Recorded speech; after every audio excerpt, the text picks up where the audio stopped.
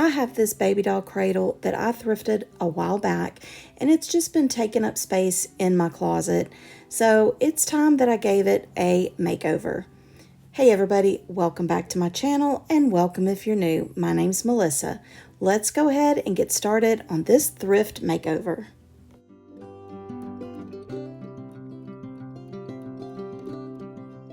It was marked at the estate sale $34, and for sure there's no way this was going for $34. I went on the last day and it was toward the end. They were ready to get rid of it. I got this one and another one. They kind of made a deal with me. They asked if I would take both of them for $5 each, and of course I said yes. So I paid $5 for this, and this was probably homemade. This looks very primitive. I don't know how old this is. I am not exactly sure how I'm gonna do it yet. I know that I don't really care for this. So I am going to add a few things. I don't like the line of it. I feel like it's too boxy. Now I went ahead and cleaned it, got all the crust and dust out of the cradle, and so now I'm just filling in some cracks and dings and splits with some wood filler, and I'm gonna let that dry. Now because this is so flat and so squared off, I'm gonna try to add a little dimension by adding this little wood piece that I got from Dollar Tree. I'm just gonna add some wood glue to the top, spread that out.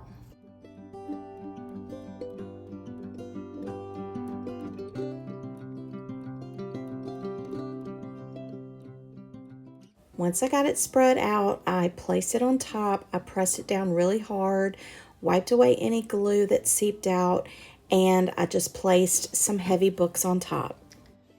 All right, now I have the end of this cradle right here. So on the end of it, I think I'm gonna use this wood decor piece that I got from Dollar Tree, but I want to tie in kind of the theme that I have going for this cradle, and it's gonna be a rose theme. So what I'm gonna do is I have this ReDesign with Prima mold, and it is roses. And so I'm gonna use some air dry clay, and the air dry clay that I use is the Sculpey air dry clay. I keep a little Ziploc bag with my air dry clay, and then I also keep some baking soda in it with a little brush. And so I'm gonna put some of the baking soda in the mold just to keep the clay from sticking.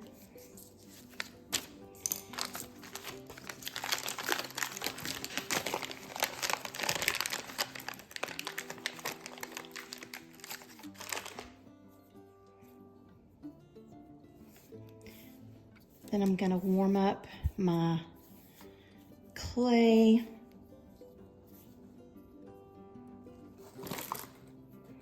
And go ahead and put that down in there. And then you just press it in and then start using your thumb to press outward. And on a mold like this, it's pretty simple because it's just one big, there's not a lot of details, so it's pretty simple to use the clay on this because there's not a lot of details. And then just break it apart and then pop it out. And there it is. So now, oops. So now what I'm gonna do is I'm gonna use my little wire cutters, pull this off.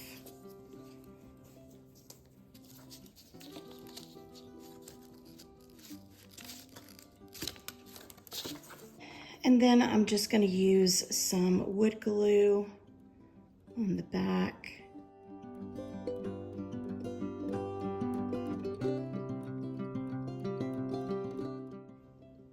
And then I'm going to place it in on the center of the wood piece. And that is going to tie in the rose to this wood piece. So I'm going to let this dry, and then I can paint this as a whole. While this stuff is still drying, I'm going to go ahead and do another step. I have two different molds. I have this ReDesign with Prima, same mold, the rose mold, but this time I'm going to use this one, and it does have a couple of little spots in here that are a little more fine. So I want to go ahead, instead of using the air dry clay, I'm going to use this amazing casting resin, and I got this from Hobby Lobby, and it comes in two parts. It comes in the part A and part B, and you just mix equal parts A and equal parts B. It also comes with the little cups so that you can mix them together, and it comes with some little stir sticks. So I'm gonna get these mixed up. I'm gonna pour some into this one, and then I got this mold a while back, and I got it from Temu, and I need actually two. I'm gonna do two of these, but obviously I can only do one at a time, so I'll have to mix it up again to do the second one. When you mix the resin parts together, it will turn cloudy, and you just stir it, and once it turns clear again, then you'll know it's ready to pour.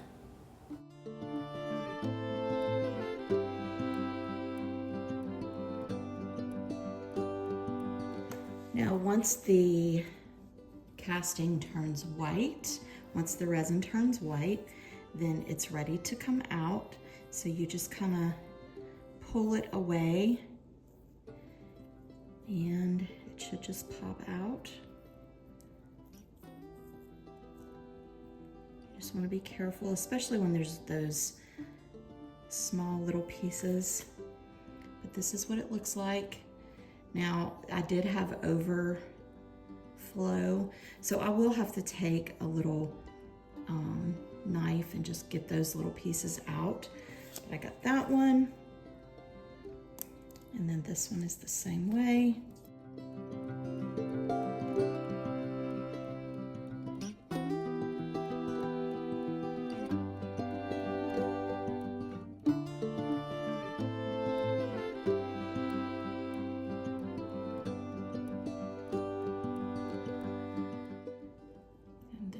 This one, and then I'll have to do the same here because I did get a little overflow on this one, but that's how simple it is, and it turns out so pretty.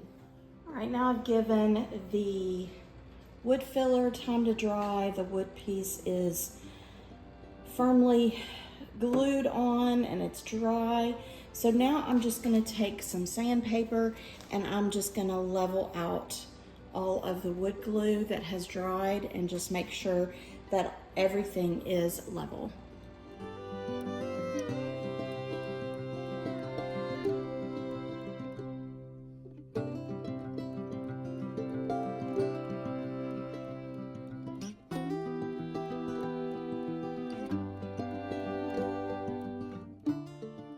Now I do want to get this painted, and I'm going to use the Waverly chalk paint in the color Ivory. I'm just going to paint this piece, and then I'm also going to paint all of the flowers as well.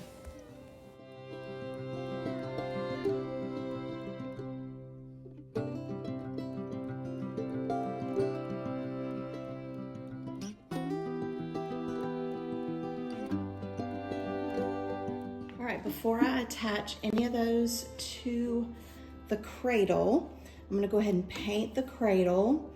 I have everything sanded, everything's wiped down, and so I have my paint ready. The paint I'm using is a mix of the Waverly chalk paint in Ballet Slipper. I've used this before, and as you know, if you've watched my previous videos, I think this is too pink, so I always lighten it up with the Waverly Snow White.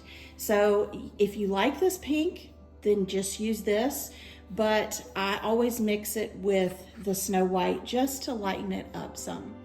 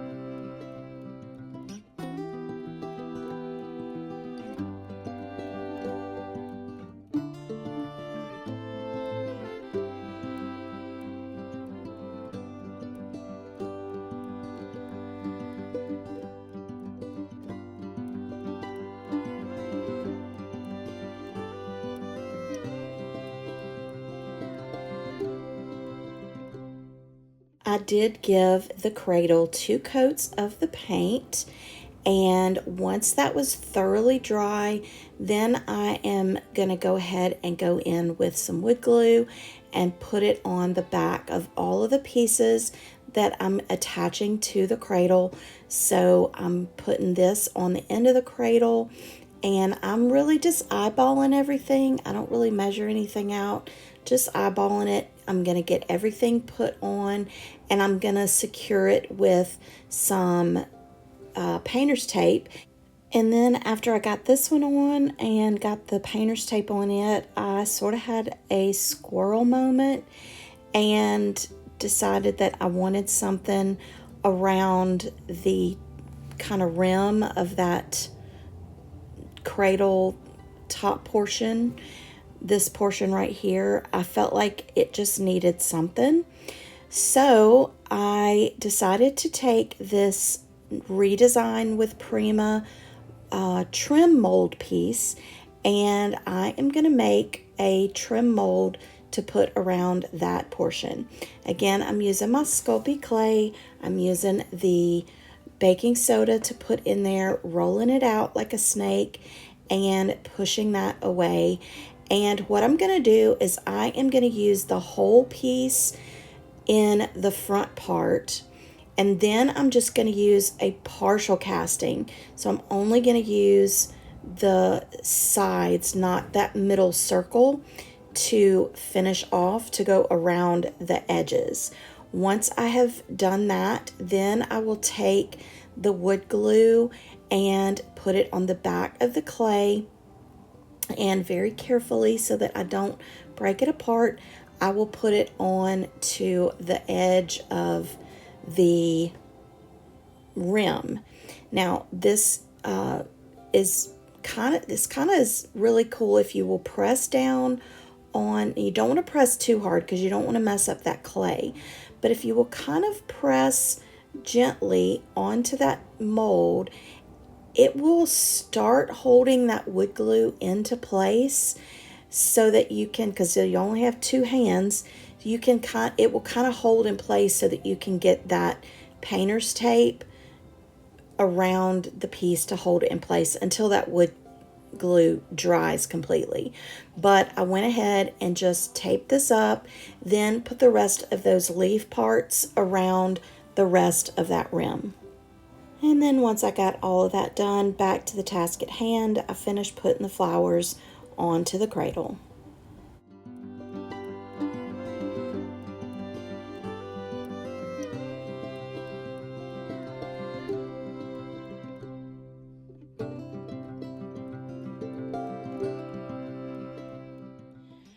All right, now I knew I really didn't want to leave this part empty, but I wasn't sure what I wanted to do. But I have some random transfers from a transfer set that I got from Amazon. And this is a Timeless Designs transfer set, and I'll leave it in the description box. But I'm just gonna place them randomly. I'm just gonna kind of place them in here, and it's just gonna be sort of, and then I have a couple of little extra scraps. So I'm just gonna put them in here and place them down. Using a transfer is very simple. And so I'm just going to place them down and let that be what is in the back. And hopefully it looks good, because once it's down, it's down. I mean, I could sand it if it doesn't look good and paint over it again, but yeah, I'm gonna go ahead and get these down.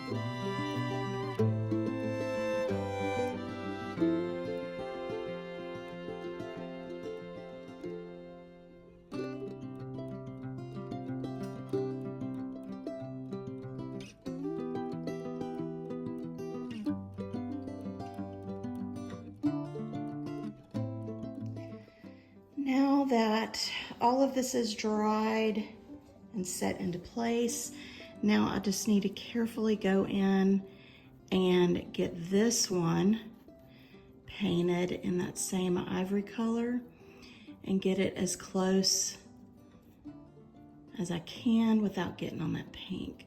Of course, if I do get it on the pink, I don't think it's gonna matter because of the way I'm gonna finish it up, but I do need to get this painted. And I'm probably not gonna film it because I need to get as close as possible. And basically all you will see is my hair and my head. See, I'm already getting it on there. So anyway, I'm gonna get this painted off camera so that I can get up close. All right, now that I have all of this done, I'm gonna sand it and distress it.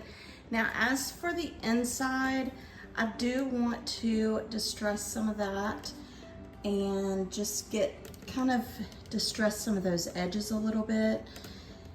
So I'm just gonna get this sanded, and then we'll clean it up and take it back inside.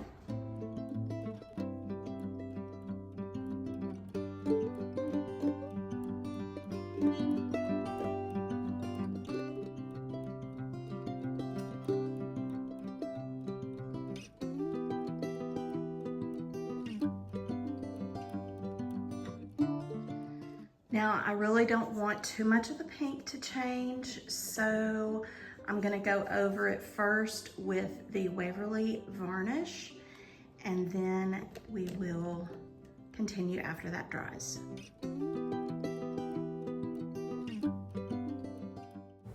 If this is your first time to my channel and you like this sort of content, you like thrift makeovers, you like home decor, you like thrifting, shopping hauls, then I would love it if you would consider being a part of my YouTube family. I love doing things like this, so I would love for you to join me. Go ahead and click that subscribe button and be a part of my YouTube family.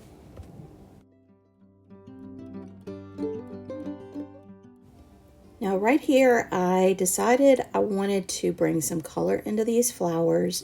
So I'm just going over the rose petals with the pink, and then I'm gonna go over the leaves with the green.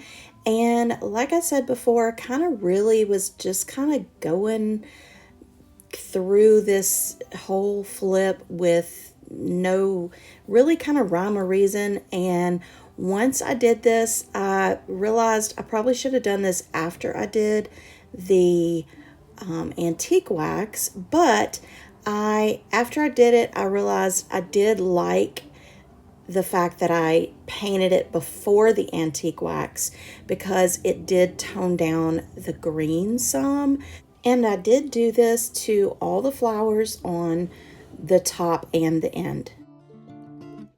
All right, now I'm going to start going over the piece, mainly the details, with some antique wax, and I'm going to wipe away the excess I'm gonna go in kind of lightly at first, and then I'm gonna start blending in with clear wax as well, just to kind of do until I get kind of the look I want. So I'm gonna go back and forth between clear wax and the antique wax, basically.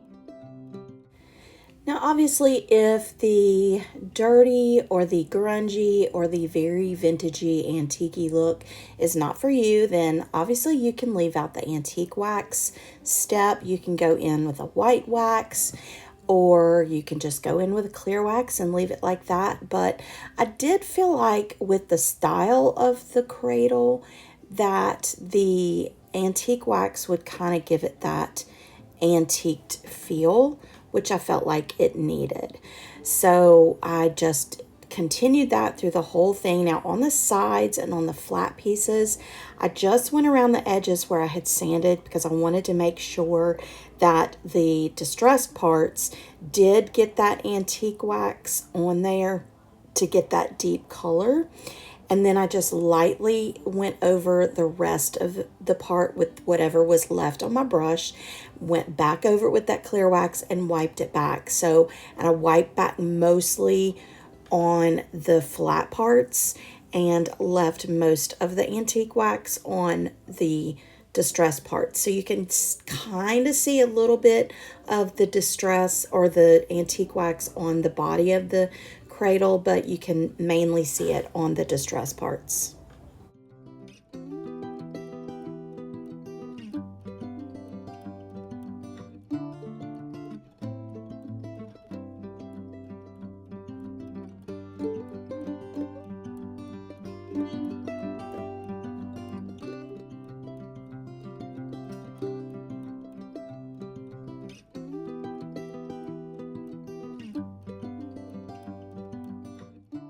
And then to finish this off, I felt like it needed some metallic luster in the gold rush. And so I just went over some of the highlight areas or the high point areas of this piece, as well as the flowers. And then around some of the edges of the piece, I just felt like I wanted it to look like this had been sitting in a house for years and years and years. I did decide to do one more thing. I'm using this Waverly white wax, and I'm just going over some of the edges with the white just to kind of highlight just a little bit, just to, you know, if the light hits it just the right way, it will just kind of highlight it enough. But I'm also going to use the white wax on the inside where those transfers are, just to kind of lighten it up a little bit, because I feel like it is a little dark in there. So hopefully the white wax will lighten that up just a little bit. And before I show you the final reveal, I do want to share a Bible verse with you. And this one comes from Titus chapter 2, verses 11 and 12. And it says, "For the grace of God has been revealed, bringing salvation to all people. And we are instructed to turn from godless living and sinful pleasures. We should live in this evil world with wisdom, righteousness, and devotion to God." I hope this Bible verse blesses you today, and I hope you have a blessed day. And here we have the final project. I can't really say that this is exactly how I had it envisioned in my mind, because I really didn't know really how I wanted it to look when I first started out, but I think it turned out very pretty, and I kind of stepped out of my comfort zone with this one. So you'll have to let me know what you think in the comments below. I do want to thank you so much for coming by and sharing this time with me, and for taking some time and watching me make over this little thrift find. And if you're new to my channel, thank you so much for stopping by. I really would love it if you would stick around. If you like thrift flips, thrift makeovers, thrift hauls, home decor, then this is right where you need to be. Go ahead and click that subscribe button and click the bell button so you are notified when I upload new videos. And don't forget to give this video a big thumbs up, because your interaction does help me out with YouTube.